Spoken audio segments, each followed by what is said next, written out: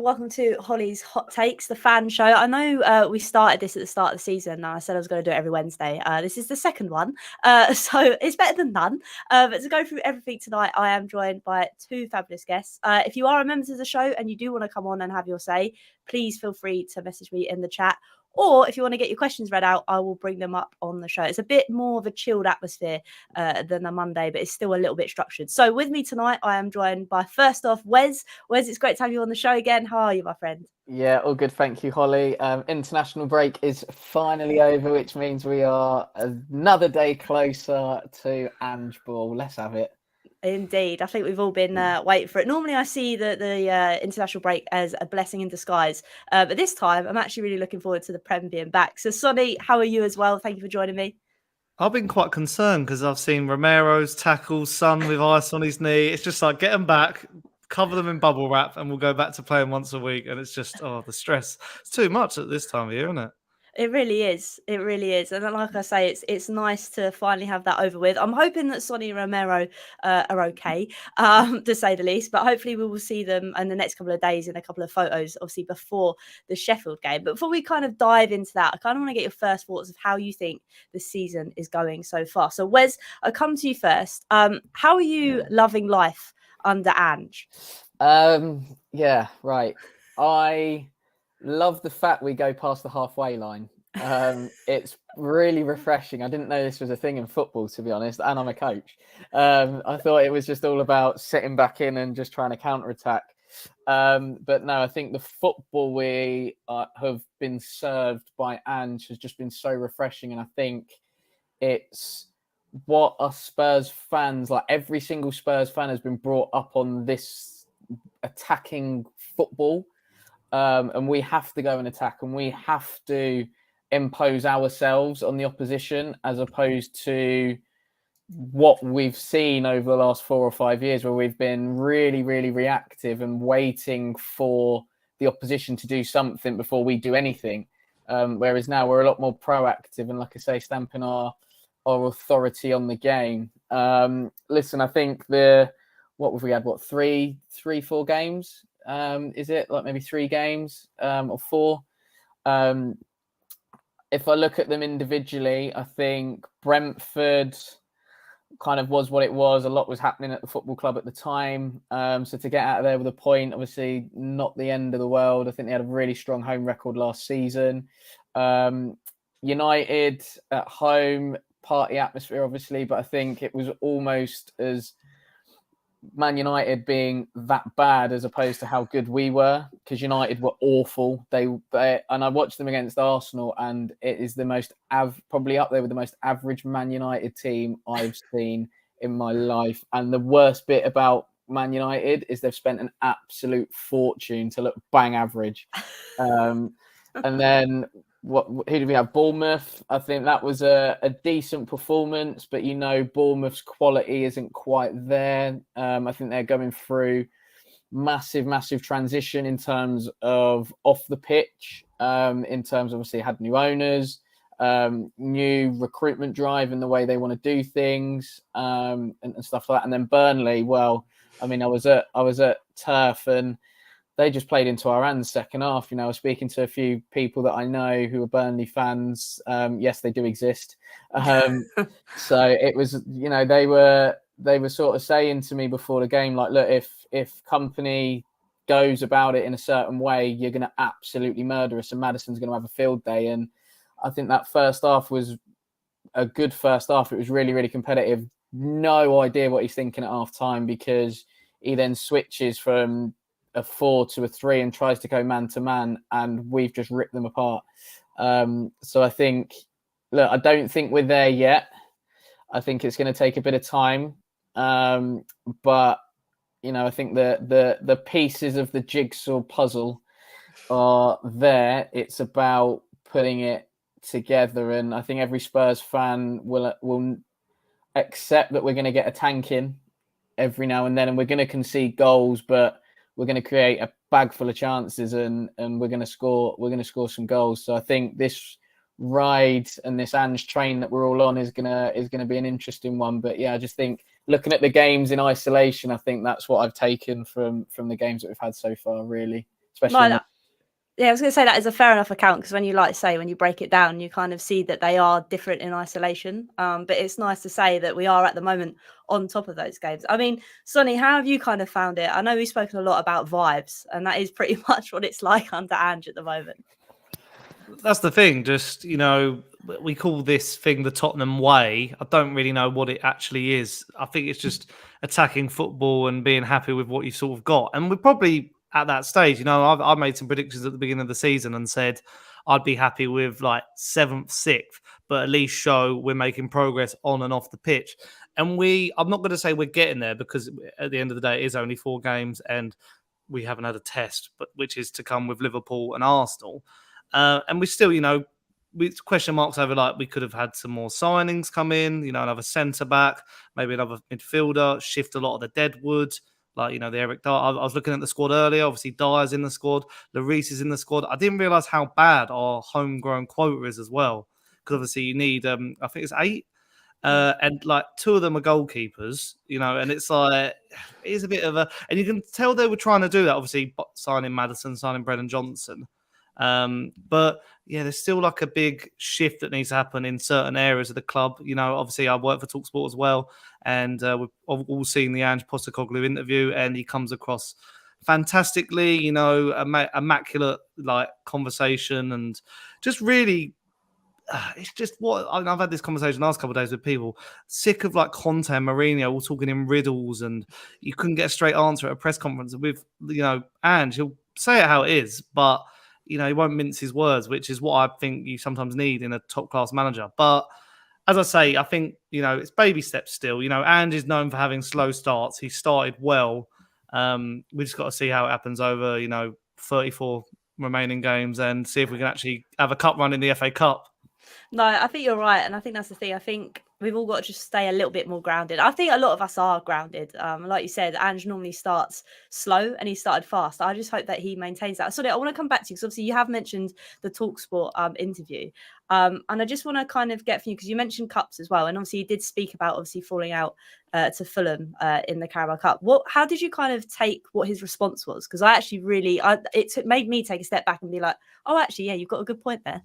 That's the thing. He owned it. And I think that's, what a manager should do. They should say, like, he did at the time as well. He sort of said, I fielded this team. I wanted to, play a few more of the reserve players, which we all question because some of our reserve players are utter tripe. But I just think, having that, because if that was, I keep referring back to Conte and Mourinho, they probably would have chucked someone under the bus. And at the end of the day, like when you look at that game, it was a Premier League opposition away from home, and you went out on penalty. So you can sort of, there is a bit of leeway with that. But, we were all frustrated because, we could have had a really good run at it. We have no European football. It's a good opportunity. But yeah, with the response, I think, I think he did what he had to do with that, and sort of didn't skirt around it. He did own it up. And I like the quote that he said was like, we're not here to win now. We're here to, I don't want to win anything for the sake of it. And I think that's what, like, a lot of Tottenham fans are sick of the social media, like, oh, you haven't won a trophy in this many years and all that. And I feel like that's what it's come to. We all feel a bit pressured from friends of the community that it's like we have to get rid of this hoodoo and just like, really get this monkey off our back sort of thing. But, we see with a lot of teams, and I hate to mention the dreaded Arsenal, but there is a process that sometimes you can't just go from A to B in one season. You look at Chelsea spending billions of pounds and thinking they can build a dream team. It's not going to, you need a lot of foundation. You need a class coach. You need someone an owner who's going to put their hand in their pocket. It's all about that. And I just saw a comment there. The team was good enough. I will be honest that team is good enough to win against Fulham. But I still think like a Højbjerg skip midfield. I don't know. It's not for me. It's not Basuma, is it, or Sarr?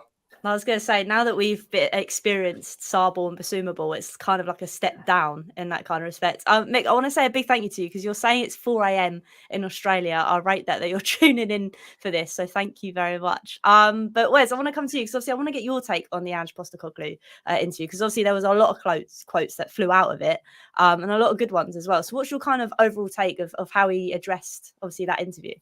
I think not just that interview. Do you know what I mean? I think every time he speaks in the media, he's just a breath of fresh air for us Spurs fans. Because as Sonny said there, like we're used to hearing riddles or loaded statements that have something behind them. You know, I remember the Mourinho one where someone asked him about a performance and a result, and he went, "Well, same coach, different players." You know, going, "Well, what does that mean?" Like, do you know what I mean? You're like, there's no reading between the lines with Ange.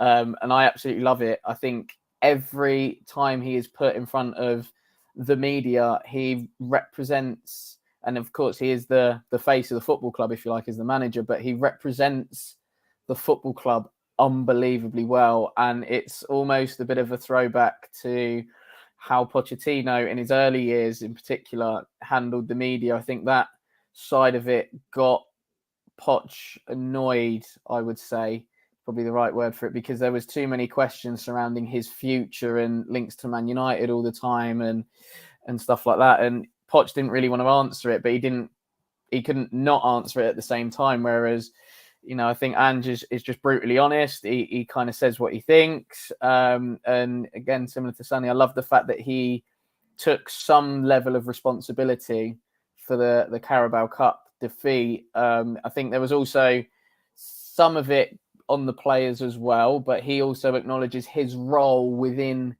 it. You know, he's picked the team, which I think we can all agree was there was more than enough on the football pitch there to get us through.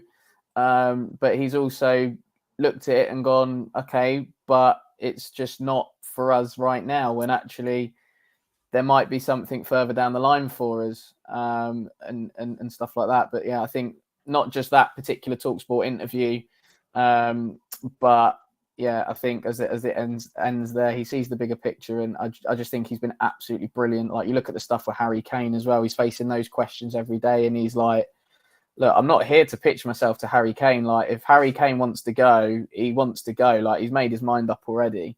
And it's just refreshing to hear. And, you know, when he said about Basuma being a real leader, and then it's quite funny because the next day he's rocked in late, and just little bits like that is he seems like a manager that as a player you would want, because he doesn't get too involved with matters when he doesn't need to, but it's always like, look, lads, if you need anything, I'm here, but I'm going to let you crack on and do what you got to do. So I just think he's brilliant.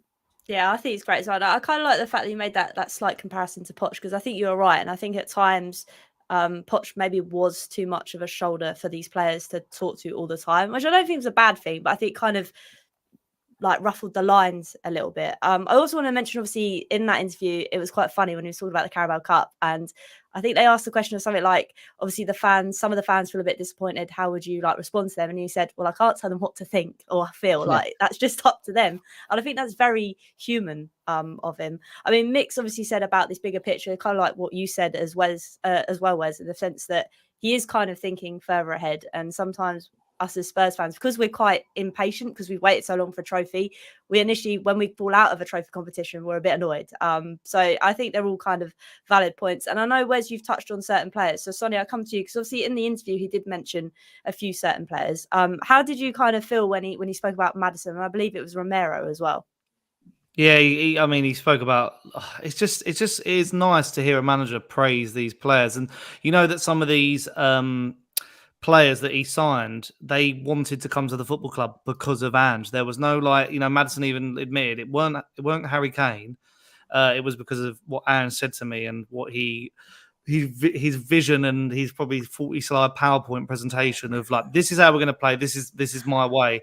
And yeah, I think, obviously a lot of praise has to go to Maddison. He's started the season fantastically, 2 goals, 2 assists, and he's, ticking the team over. Like, he is the key figure.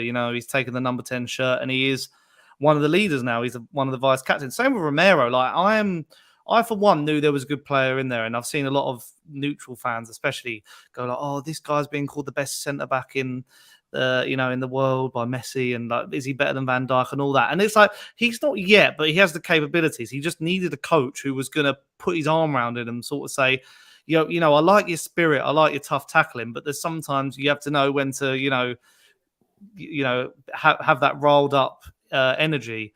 But again, I think, Basuma, I think that was quite a funny one when he mentioned about his his lateness and all that. I think, it is that, as you said, the human side. And, all these players have been a bit battered and bruised by two of the most ferocious managers in the history of football. So it's nice to have someone who is going to be firm but fair. Like, he is going to put his arm around you and improve you.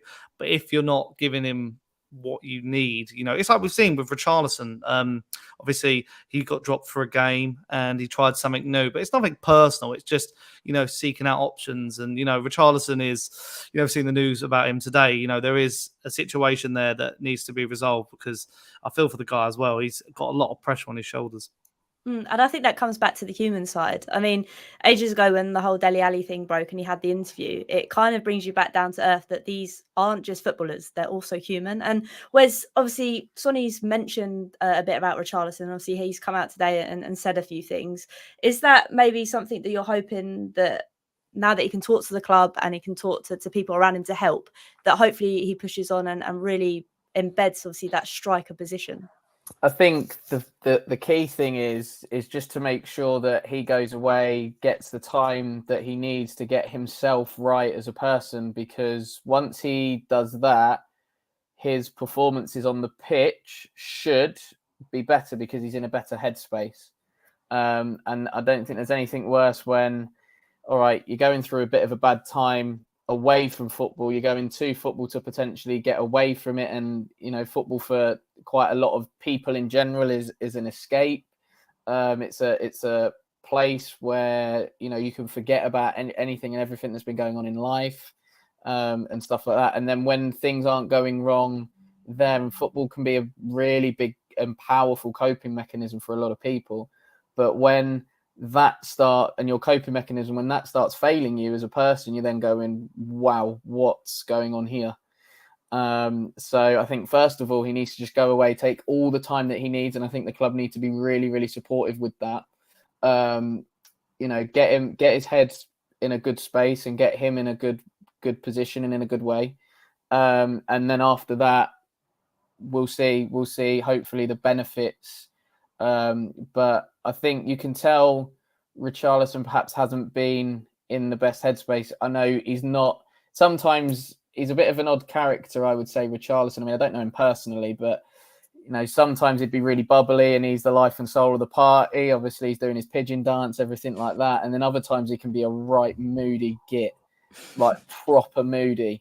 And I think we've potentially seen that side of him a little bit more, and he's a bit short and a little bit frustrated. So I think the fact that he's come out and said that he's going to get help will be a real positive. And I think, the Dele interview in particular has opened a lot of people's eyes to what potentially could be going on in a footballer's head, and somebody as high profile as Dele Alli as well, because he still has a high profile, despite the fact that his career hasn't been in the best way over the last few years. He's still really high profile.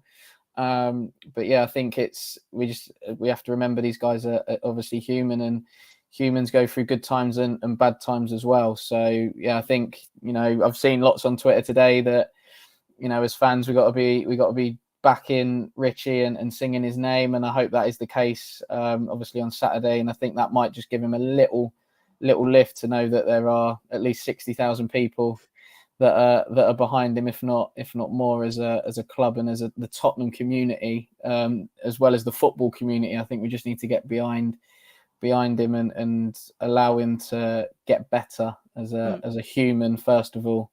Yeah, definitely. And like you say, the rest will kind of come, because Sonny, obviously, he has had a bit of a rough time in the Spurs side. Obviously, with the overshadow of Harry Kane, with Kane leaving, it was almost like he had to make that massive step up to be, obviously, our new striker. And it hasn't really kind of worked out, has it really?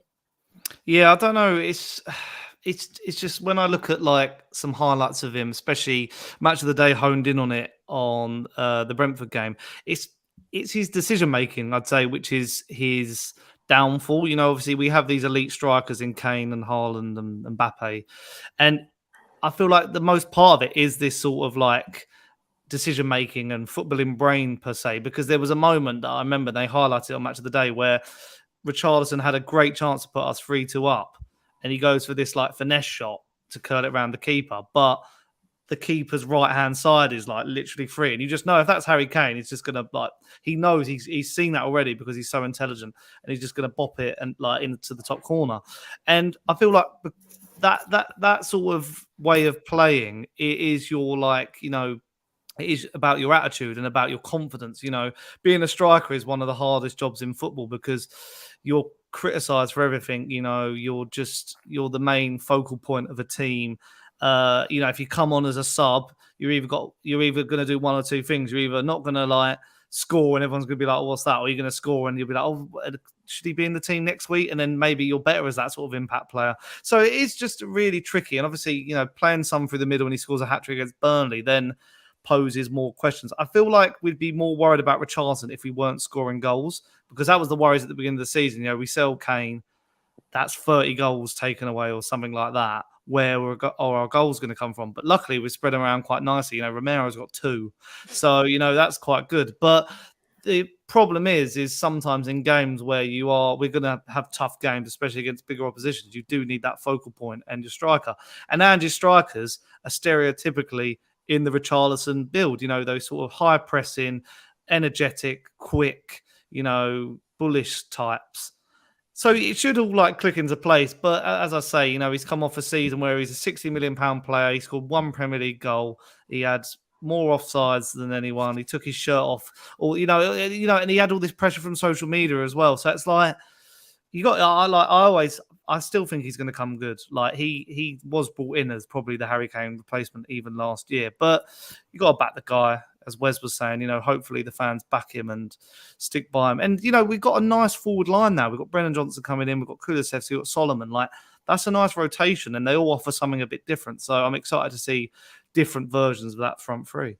Oh, definitely. And I think that's the thing. It's like you said, Richarlison is that mould that should work really well within this kind of attacking formation. So it kind of makes sense that he is feeling under pressure, and he's come out and said this. And like I said, hopefully he can go away, sort himself out, and then he'll be back firing in goals. But obviously we have got a lot of games coming up. Actually, I want to divert a little bit. And I know it's been spoken about quite a bit, and I am getting bored of it. But I just kind of want to get your takes, because we're talking about Richarlison. And then there's also chat about Harry Kane this week after the Bayern game. I mean, I'll say my bit first. I don't really care for it. He's not my player anymore. It is what it is. You can say what you like. How are you kind of going down what the fans' reactions are to what Harry Kane said about the club, this, that, and the other? Well, we've had players slagging us off in the past. We've had players speaking glowingly about us. Just take it with a pinch of salt, guys. Come on, he's probably been asked a question in a certain way, and you know he's answered it. And listen, if that's what he feels is the best answer to give at that time, then, you know, so be it. And to a certain degree, I get where he's coming from, because there is a different type of pressure playing for Bayern Munich to Tottenham, because Bayern Munich are notoriously a winning machine in the Bundesliga. So when they don't win, it is a crisis. And there's a lot more questions than answers. At Spurs and in the Premier League, you've got other big hitters in the league. So okay, you can, I wouldn't say get away with losing a few games, but if you don't win for a couple of games, it's like, okay, well, look at who we've played. Whereas, because I think Bayern are the cream of the crop, you know, in the Bundesliga, they can afford to rotate and rest a few players if they're playing, you know, a team in the bottom three.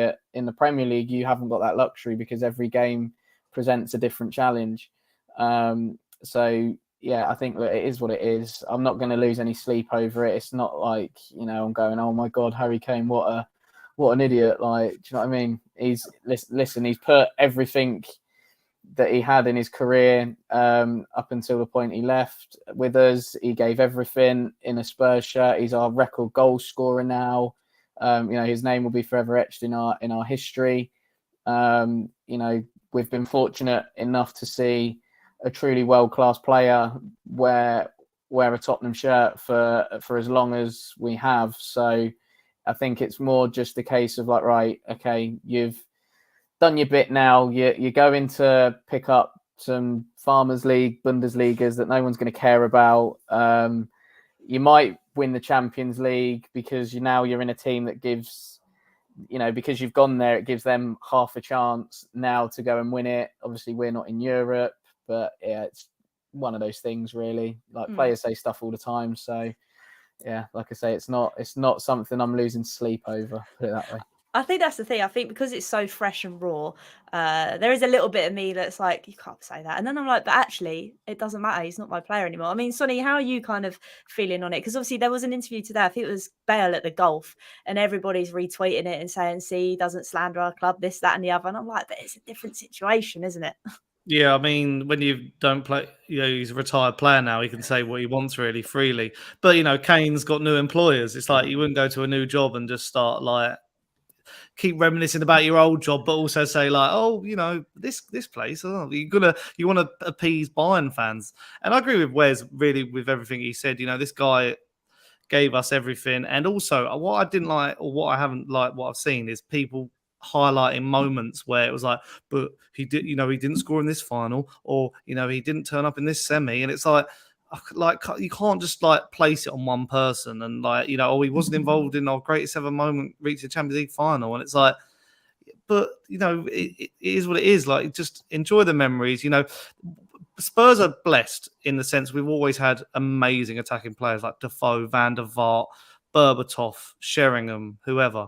Like, we're always going to have all that sort of stuff. And I feel like with Spurs fans to like knee jerk the other way and be like, oh, like whatever. It's like, no, come on, just let it, wash off your back, like, and just forget about it. He's left the club. He did a good service for us. He left in the best possible way. We had to get money for him. Like, we just had to sell him this summer. I don't think there was any other possible way. But it is what it is, and hopefully they don't win the Champions League. I mean, I think it was the other day. I think I was talking. I can't remember what podcast I was on now, which is really bad. I think it was the American one, and he's going to kill me when I forget what it's called. With Andrew, and he asked me, he was like, "How like Spursy would it be if Kane didn't win a trophy, but Tottenham did?" Wes, would that be like? Would that just be would that be a Harry Kane thing? Or would it be just a Tottenham thing? Do you think? It's definitely a Spurs thing, isn't it? Let's be honest. Like one of the greatest strikers that the club has ever had. I get the points where he's been in positions to potentially do something for us in like real big games and in big moments. Has he always delivered in those moments? Not always. Don't get me wrong, you've got the goals in the North London derbies and things like that, which are, some of the best, North London derby goals that we've seen. But, in those real critical moments where your superstars need to stand up and be counted, has Harry Kane really done that? There's an argument for and against. But yeah, it would just be typical Tottenham, wouldn't it? Where we sell one of our best players that, like I say, the club's ever had, and we go and win a trophy, and he's left effectively to do that. So yeah, but I don't think any fan would be bothered, to be honest, because I think we'd all be buzzing off our nut that we finally won something. So I don't think the whole narrative of like what Harry Kane could have had would be it wouldn't be that. I wouldn't suspect anyway from the fans' point of view, because he's gone to Bayern where he's going to get guaranteed trophies anyway. So look, I think Sonny nailed it on the head as well. We had to get rid of him really this summer, because after you're looking at it now, moving into January potentially and beyond, it was looking a bit tetchy. Didn't look like a contract was going to be signed, so it was pretty much now or never. And we got good money for him considering last year of his contract. Yes, I know he's England captain and he's got X amount of goals and X amount of caps for England and everything else, but it's very rare that you see a player that's in the last year of their contract go for 100 million. So I think the deal itself was, as annoying as it is for me and probably every Spurs fan, because I was adamant that he was staying. So as annoying as it was probably best for everybody to part ways. And in terms of Harry, I wish him all the best, because he's a fantastic person as well as a fantastic footballer. Definitely. I think that's the thing. I think we're just all very raw at the moment. But let's get back on the Ange train because I've had enough to talk about Harry Kane. And Sonny, I want to come to you because obviously we've got a bit of a momentum going into the next couple of games. Obviously, we've got Sheffield coming up and then we have the big one, the North London derby. So how do you kind of see, without going too much into it, how do you kind of see these next kind of games developing? Because obviously we've got that big Liverpool one as well, as you mentioned earlier. Obviously, it helps that we've got this momentum, but everyone keeps saying like it is funny how like United wasn't a test. I know Wes said earlier they were horrendous, which they were, but it's still Manchester United, and we have a bit of a hoodoo over them. Like we have only a handful of wins over the years, but yeah, it's going to be Arsenal and Liverpool the real test because I feel like not to be negative, I've switched it to a negative after saying we were on there, but like. We haven't really been properly tested. I think there's been moments in games like Bournemouth had a little flurry of chances when it was 1-0. But I feel like we haven't really experienced like the stereotypical things that are the problems that we thought were going to happen. Like, balls over the top, really struggling. But the defense has proved a few people wrong already this season. Mickey van der Ven and Romero look like a great partnership already. Udogie is incredible, and Pedro Porro is getting better as the game seems to go on, and like he's actually cemented himself as the starting fullback, so that's quite good. But yeah, I just feel like Arsenal's going to be tricky. It always is. They'll be G'd up there. They play some unreal football. It's going to be some very interesting battles. It's going to be interesting to see like how Basuma deals with like top midfield like they have, and same with Liverpool. Liverpool are going to come at us as well. Like we've seen, a lot of people were unsure about Liverpool this season as well. A lot of people said they would be in top 4. A lot of people said they've still got a lot to do because they've just bought a whole new midfield. So yeah, it is going to be a bit tricky, but I just hope the bare minimum is you go out there and we just put on a good display, whatever happens, because I feel like last couple of years we play these big teams, we'd go in with a half-arsed attitude, and then something ends up happening. You get a bit of false hope, and then you end up having your heart shattered like Liverpool away or something like that. But yeah, I think out of those, the next 3 games, I think you'd want you'd hope for one win against one of those two. You'd hope for one win in one of the home wins, and then Sheffield United, you hope you get a win against them as well. So it's tricky. It's hard to predict this sort of stuff. It is really, like you say, we've just come out of obviously the international break as well. You want to obviously predict wins and things, but it is difficult. But whereas the thing I'm really liking this season is that we're going into games and we're winning the games we should be winning. Whereas last season, it was like, oh, my days of playing Sheffield. Are we going to win them? Are we not? I mean, I'm probably going to eat my words now, so we're probably going to go lose to them. But do you know what I mean? You can kind of go into games thinking, okay, this is a win this week because we should be beating these. Well, you've just jinxed it now because we're definitely going to lose about 2-0. But yeah, I think the start to the season that we've had has been, in terms of games and opponents, has probably been fairly nice, barring United, you could argue on paper because it's Man United, they've still got top players even though they look average in this current Man United setup and in this current Man United team. But I think the next batch of games, we've got Sheffield United, Arsenal away. I mean, our record at the Emirates is absolutely horrendous.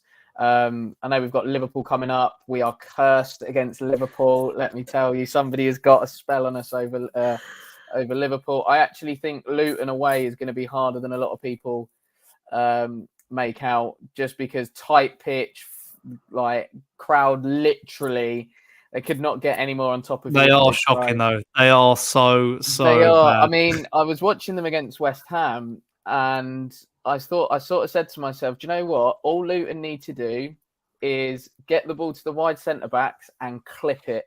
Every single, like, they don't actually need to be playing through the pitch. They just need to go old school, out to the wide centre backs, clip it to the 2 strikers. They are proper. It's proper like crazy gang sort of stuff, isn't it? Wimbledon. But genuine, because they've got 2 absolute units up top in Adebayo and Morris, it will actually work for them, and it will work for them as a pair because they can feed off of each other. But yeah, I think Sheffield United, we should get the job done. But yeah, I think Luton away could be a potential banana skin, just because there's going to be clubs, I think, that are going to slip up at Kenilworth Road. I pray to God that we don't go full Spursy and it's going to be us. But yeah, I think that one's going to be harder than a lot of people anticipate. But I think, especially with the North London derby, if we play the game and not the occasion, I think we might be okay.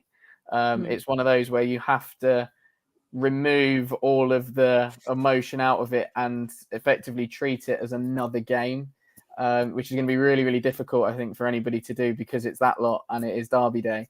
But that's going to be proper juicy, and it will be interesting to see where we're at. And I think that will be the first indication of where we are at as a team, and where we can potentially go with this team and as a football club moving forward. I think that's the big one.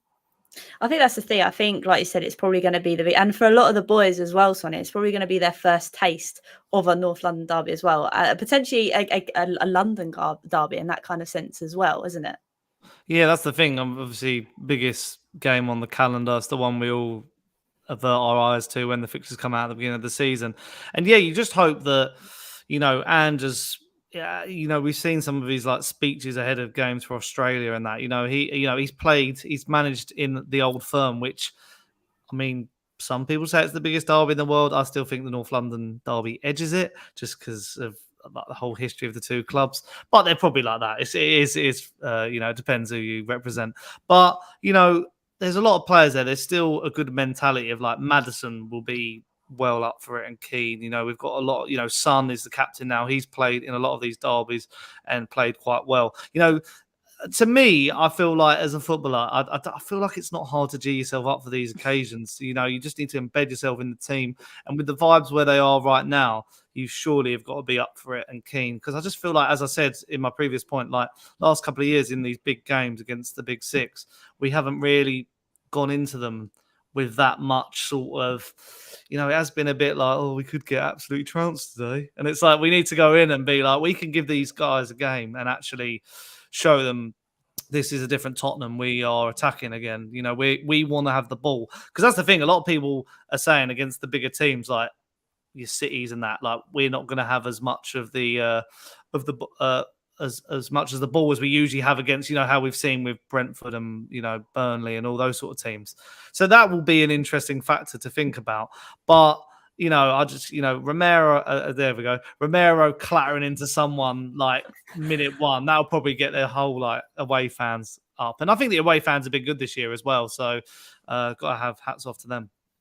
I think every year the away fans are on a different level. Even watching Conte ball at its worst last season, you could always hear the lads in the stands and ladesses, should I say, singing and shouting at the game. So yeah, I think it's like what everybody said. I think we're going into the season with a new kind of, I don't want to say mentality because I think it's going to take a little while to change that, but it's just a vibe, a whole brand new vibe. And talking about vibes, Wes, I want you to give me your player. I know it's only been 4 or 5 games, but your player of the season so far, who's the one player you think's had the most impact? And I think it might start with N and maybe end in adders, potentially. I mean, okay, right. Madders has changed my opinion on him. I think I actually saw somebody else say something, and it really resonated with me because I had the same opinion. I thought that Madders was an absolute dick, right? I used to think, I'd hate him. But actually, I think he is a wicked, wicked person first. And I think it's his passion as well. Like, he is football mad as well. I know he said it in a few interviews and things like that. Like, he is genuinely football mad and he loves being at Tottenham. And he relishes the pressure of playing for Tottenham and being our number 10. And you go through history in terms of what that shirt number means for Tottenham fans. It means a lot. You look at the players that have worn it over the years and everything else. So Madders has probably changed my opinion on him. Basuma. Oh, Eves, you're giving me Moose vibes. Darren knew, man. Darren knew. Everybody knows my love for Moose. It's just, he's like unbelievable. And then your doggy, 15 million of the King's finest. Oh my word, what a player. 20 years of age as well. And the size of him, frightening. Can't also, like Mickey, what a guy, like Jan Vertonghen 2.0, rapid, size of him, rapid, absolutely rapid. But yeah, I'd probably go, Madders has just knitted everything. He's a proper Tottenham player. But Bissouma's just come in and just gone, this midfield, new manager, it's mine, and I'm having it. I'm absolutely having it. I think Papas Sarr has done really well coming in. I think he's given me a bit of Yaya vibes, just without the meat on the bones. He still needs to grow a little bit and fill out, bless him. But yeah, I think your doggy for me, considering I didn't know too much about him, mate, I'm like different gear. Like, he could genuinely be one of the best left backs in world football. Within the next 3 years, like all being well and good, like honestly, his intelligence as well, both attacking wise and defensively, is just like frightening. And the fact that we're having our fullbacks, and in modern trend, fullbacks coming into midfield, he's really good at handling the ball in tight situations and getting out as well. I think we saw that, was it against United in particular? I think Bournemouth away as well. I think he showed it at times away at Burnley as well. But yeah, so I'd say those three. But you named the whole team there. Sorry, I'm happy for a change. Like, yeah. I feel like I got my football club. I don't know to name now, in a sense. But yeah, I think those are my standouts. I can't really pick one over the other. The whole 11, Wes. I think there's a clutch of players that have like come in and just exploded, as Jose said once upon a time. And it's just been brilliant, I think. No, it has been. I mean, Sonny, do you want to add to any of the players that Wes said? Or do you want to add more input? I don't know. Do you know I'm going to signal out? And obviously, it is still early days, but I have to say, fair play to Vicario. Obviously, it's come in a very extreme circumstance, in the sense of he's literally replaced our club captain, longest serving player, Premier League all-time appearance maker, I think, as well. So, that's not easy. But, and again, against Brentford, didn't get off to the best start. I thought he was fine, like, generally, but on the ball, he looked shaky. And I was like, oh, here we go. And I actually tipped him to be my flop of the season in a video I did. But let's hope that is proven wrong in the long term. But, like, I think he's changed the way we play. Like, his passing compared to what Hugo was like, it's like day and night. It's just helpful in the sense of how we want to play. It dictates, it starts the moves off, that sort of like ball into Bissouma when he drops deep, and then Bissouma like spins it to the wing. It's just fantastic. And so I will praise him in particular, but Wes has highlighted every player under the sun. Not did I want to dig, but like in the sense of like, those are the players I would have gone for, because they've all just been really good. I think we just obviously want to see a bit more from Sonny, in the sense of more goals and more, just more that sort of stuff. Kulusevski, I think, he's had a good international break with Sweden, so I'm happy about that. So yeah, I'm just carry on how they're going, and I think we got a good season in hand. Definitely. And I think one player for me is Mickey van der Ven, who I'm nicknaming Daddy Longlegs, which I think I've said on multiple shows now, just because I can't get over how quick he is. And the fact that he was just plonked in first game and everybody was happy. Like, it was just amazing. So I think for me, Mickey van der Ven, and like you guys have said, I think everybody you've mentioned, it's just class. And I'm just hoping that continues, because obviously momentum against Sheffield, against the North London derby, it'd be so great to get something there. But we'll just have to wait and see, and hope and pray that we actually manage to go and do the business this season, because like we said, under Ange, it is pure vibes. And I think we've all managed to be reconnected with the football club again, because, oh my God, last year was a therapy session every week. Whereas this year we can actually be a bit excited. But I want to thank you guys for joining me tonight. I want to thank everybody in the chat that's been around. I know I'm going to try and be a bit more consistent with Wednesday shows. Leave it out. I'm trying to get there. But I want to say my thanks to my guests. So first of all, it'll come to Wes. I want to let you do your outro first, Wes. Okay. So Sonny can take it all in. So far away, my friends. Yeah, strap yourself in, Sonny. And I'm excited. Also watching. So I am on Twitter at Wezo10, the unofficial Moussa Dembele fan account. Don't know if there's an official one, but I'm the unofficial one. So yeah, like I say, you'll just see me tend to be tweeting about Moussa Dembele, who for me is the greatest of all time. I am on Instagram at Wezo32. Probably see me at a football ground somewhere, following Spurs up and down the country.